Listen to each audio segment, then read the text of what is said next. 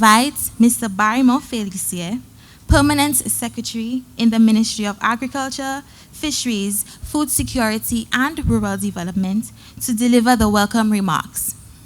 Good morning. Please permit me to adopt the protocol that has already been established, but I wish to recognize the presence of the Honorable Minister Alfred Prosper, Minister responsible for Agriculture, Fisheries, Food Security, and Rural Development, Honorable Jeremiah Norbert, Parliamentary Representative for Micoud North, His Excellency Peter Chen and delegation, Mr. Philip Sidney, agro-processors, vendors, members of the Ministry of Agriculture, distinguished ladies and gentlemen, good morning. During COVID, we observed that many nations, over 30 nations, restricted exports of valuable food commodities. We witnessed logistic supply challenges, unemployment, high prices, all of them leading towards one common goal, that is food shortages. Countries like St. Lucia recognize how food insecure we are and were back then. And strides were made towards resolving that food insecurity. These measures included concessions, subsidies, removal of taxes like service charge on fertilizer and agricultural inputs. And also, the Ministry of Agriculture embarked on an awareness and promotion of local production food systems. You would have witnessed promotions on apiculture, honey, on CMOS, mangoes, bananas. And now, ladies and gentlemen, the latest in the versions of our promotion is the Cassava and Coconut Festival. Welcome, one and all. I would like all of us to support our vendors, our agro-processors, support St. Lucia, and support agriculture. One and all, thank you and welcome. So on the third day of creation, the Creator designed plants, tubers, and a whole bunch of greenery. And among those that were produced was cassava and coconuts. And like he said to human beings, be fruitful, multiply, and replenish the earth, or fill up the earth, the same was said to coconuts in particular. The coconut was told, don't worry about how you're going to get to the rest of the earth, because by the time you become a dry nut, you will be able to float across the oceans, rivers, and seas and get to other places where there are tropical and subtropical environments. And so the coconut has been dispersed over time and over the years through many parts of the world, and it's a globally recognized agricultural product. The coconut has been deemed very important to human existence. We use it from its leaves all the way to its roots. Upon arrival at the various coasts along the borders of the world, the coconut had no problem because it was designed to be established in saline conditions. The moment it hit the shores, the coconut established itself. And then the humans showed up and they began to explore what the coconut could do. They took the leaves and they made skirts for themselves in Hawaii. They took the nut itself and they used it as food. They took that nut and the flesh inside of it, made an assortment of food products, medicinal products, and condiments, among other things. The coconut is itself a holistic plant.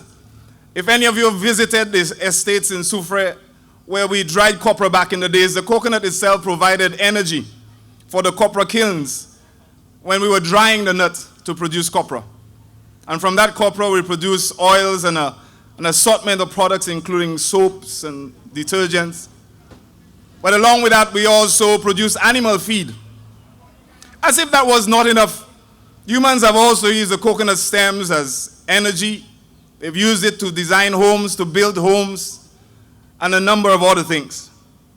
As if that was not enough, in a world of climate change, and when we talk about climate resilience and building a resilient food industry, the coconut has proven itself along our shores and in our interiors in maintaining slope stability, in protecting the coastline. A coconut has shown that it will take perhaps a very strong Category 5 hurricane to tear it down. And so in an environment where we're talking about food security in the face of climate change, the coconut represents one of the sterling products or plants that we have in our society. I know cassava must be saying, well, Kemuel, have you forgotten me? Not at all. The cassava dates all the way back to the times when the Amerindians were in our parts of the world. The Arawaks, the Caribs, the Garifuna, and a whole bunch of others. I'm sure by error and learning, they found out the uses of cassava. And these practices and these uses of cassava has been handed down to us over the generations, over the decades, and over perhaps the centuries. The cassava, like the coconut, is a resilient crop. It's drought tolerant. It is suitable to be growing in areas where perhaps most other crops would not thrive. But like the coconut, the cassava also represents a source of food. It represents a source of livelihood. And those who trade it, like those who trade with coconuts, it also represents a source of income for those who would produce it. And so today, as a country, the purpose of our gathering here today is to remind ourselves the invaluableness of cassava and coconut.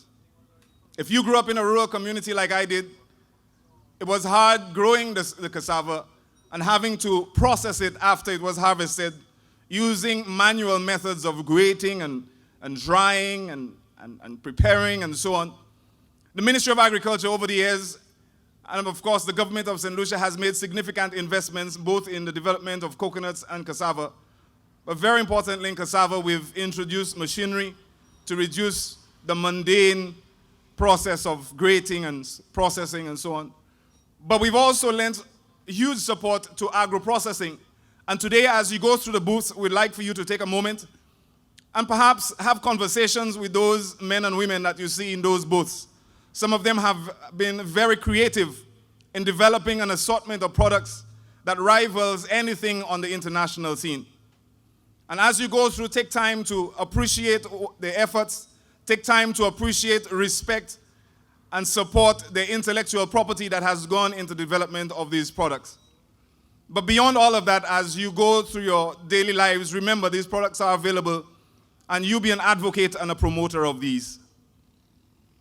You know, if you are from Soufrière and if you've been around St. Lucia long enough, it probably is going to break your heart to remember the days of St. Lucia Coconut Growers Association. The days when we had a factory and a whole industry that supported coconuts. We can't change what has happened in the past, but as we look back and we look forward to livelihood protection, to developing additional products, new and exciting products, to ensuring that we maintain food security and nutrition, may we spend some time and look at what the value of the Coconut Growers Association and that industry represented, and delve into new and exciting ways, perhaps, to recreate an environment where our nuts don't only just flow down rivers and streams to the wide open sea, but again, it becomes a coveted product.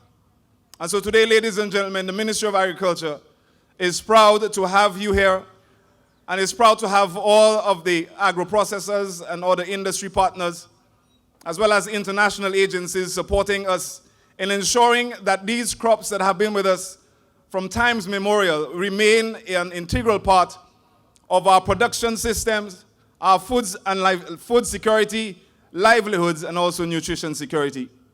And so, as I wrap up my presentation this morning, let me congratulate all those who have put in your intellectual property over the years, and to encourage you to continue to utilize the services provided by the government of St. Lucia through the Ministry of Agriculture, and to encourage young up-and-coming as you sit in those laboratories on how you could contribute to the development of the agriculture sector and create greater livelihood opportunities. Remember, coconuts and cassava represent two primary products with huge potential locally, regionally, and internationally. Thank you very much. Good morning, and let me acknowledge the presence of the Minister of Agriculture, Honorable Alfred Prosper, His Excellency Peter Chen, Ambassador for the Republic of China, Taiwan, Mr. Ray Chu, from the Embassy of the Republic of Taiwan, Mr. Daniel Lee, my good friend, who always makes it his business to find himself in Micoud North, who has also showed a keen interest in the agricultural product of Micoud North. So a very special good morning to you, Mr. Daniel Lee, who is also the chief of the Taiwan Technical Mission. Mr. Barrymore Felicien, Permanent Secretary in the Ministry of Agriculture, Mr. Greg Rawlins, Mr. Barry Innocent, Mr. Vincent Lacobinier from the St. Lucia Marketing Board, other invited guests, other members of the Taiwanese Technical Mission, to the vendors, to the patrons, and to everyone who made this possible. And I must recognize in a very special way Mr. Sidney, Philip Sidney, for ensuring that we have this wonderful setup that we have here this morning and his team. So a heartfelt thank you to you, Mr. Sidney. Let me welcome you to Micoud North. I know those of you seated under the tent and those patrons are no strangers to Micoud North. You make several trips to Micoud North for one reason or another. But to be able to be here today to have this Coconut and Cassava Festival is indeed encouraging for us as a people and as a constituency.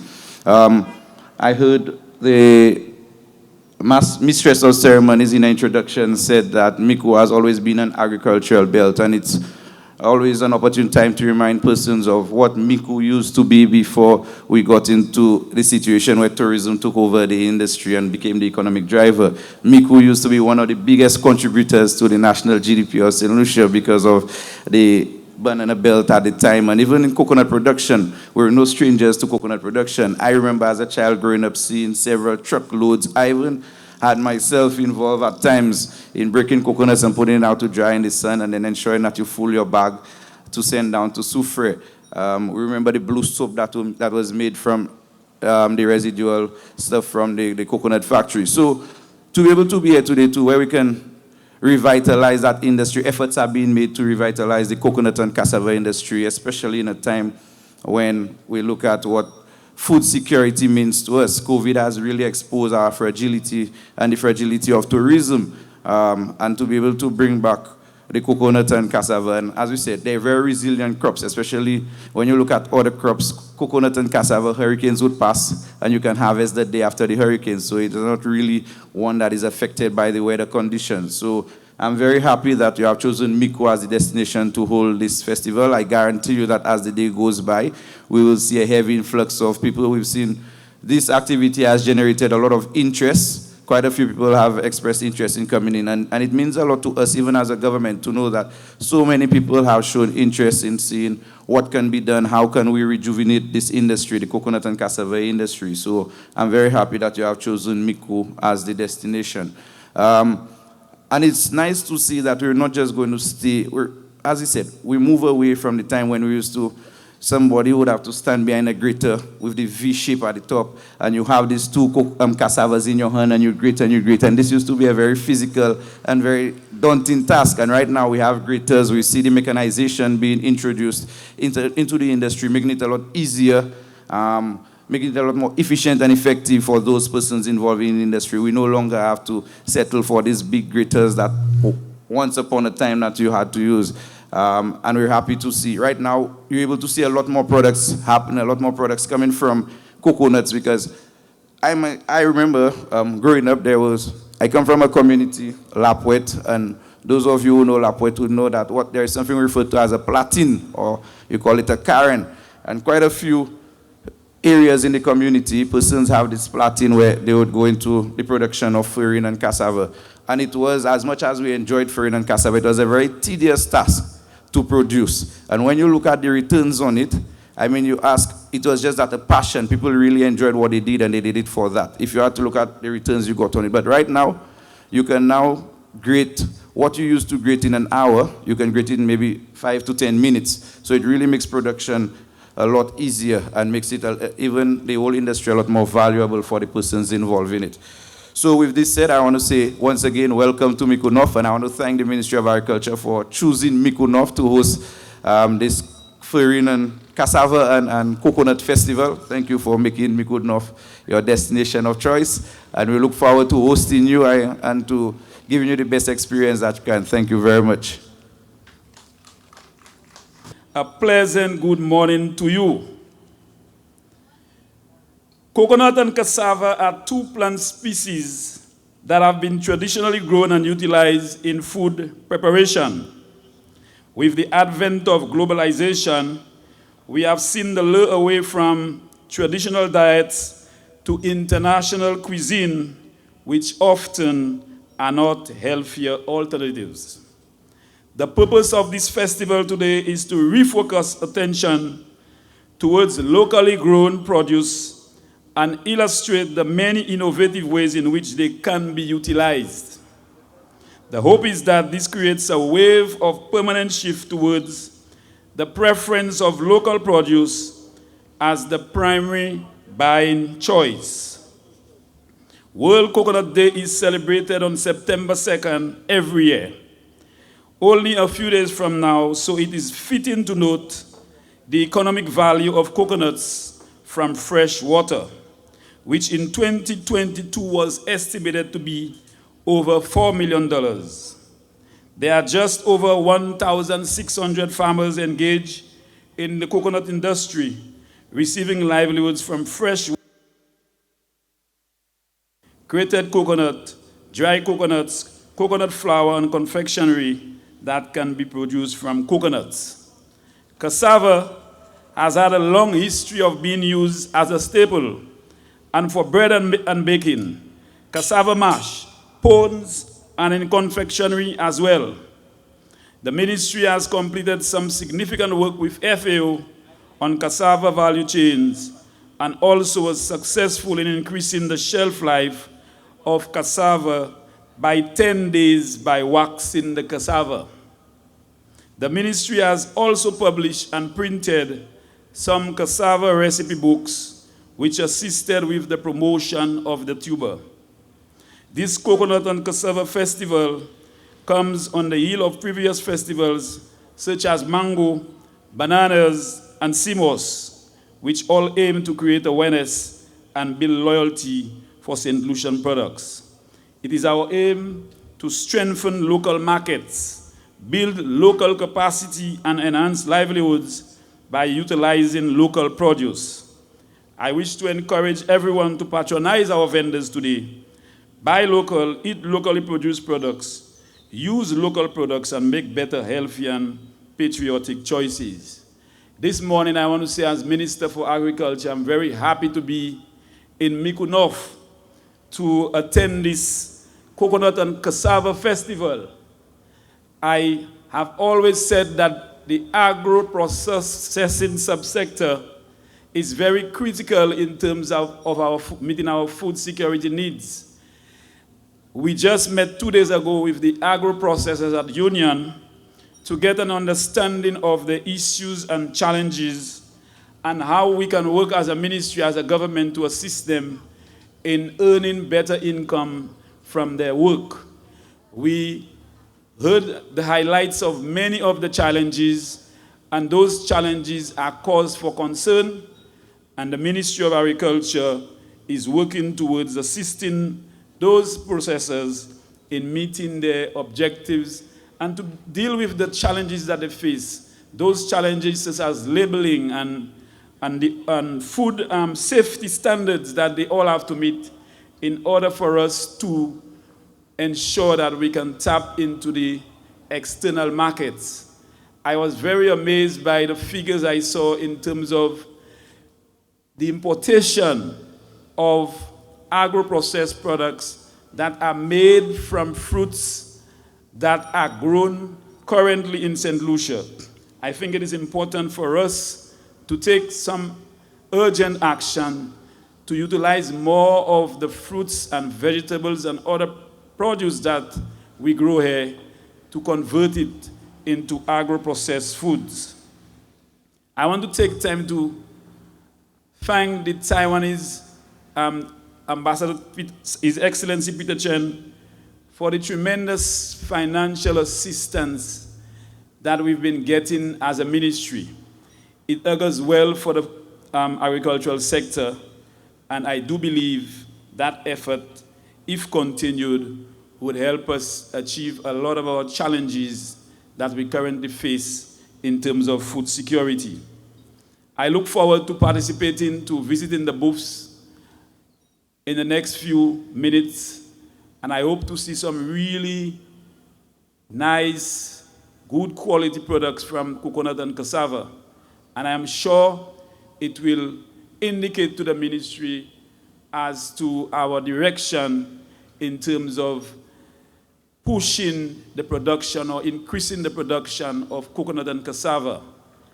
We are very well aware of the coconut mite that is posing a challenge to the coconut industry, and we are hoping that with continuous research, we will be able to address the disease as it continues to impact on the production of coconut. Cassava, we know, is very, very important as a staple, and I believe there is tremendous opportunity for engaging farmers into the production of cassava so we can build that level of confidence and transform those produce into more meaningful agro-processed stuff. I am concerned seriously with the closure of the agro-processing plant in Babono. I believe we have sufficient and we can do the best possible to reopen this facility and utilize it more efficiently to be able to produce from it a lot of the stuff that we import. So I look forward to a pleasant day, and I want to take time, and I must say, coming from my heart, there are persons when they are dedicated to the task, they give their whole heart to it. And I have seen in recent weeks, Mr. Winston Elliott, the way he really, really coordinated the TR4 subcommittee task in terms of sensitization. And today we have another champion in the name of Mr. Philip Sidney for putting this together with his team. I want all of us to give Mr. Sidney a round of applause for his hard work and his dedication to the work of the ministry. I look forward to seeing more of Sidney and Winston in the ministry. If it is a time that my ministry needs that commitment and dedication from staff, is now. So I want to take time, Mr. Sidney, to say a big thank you to you and your team to make this happen, and I look forward to a very successful event.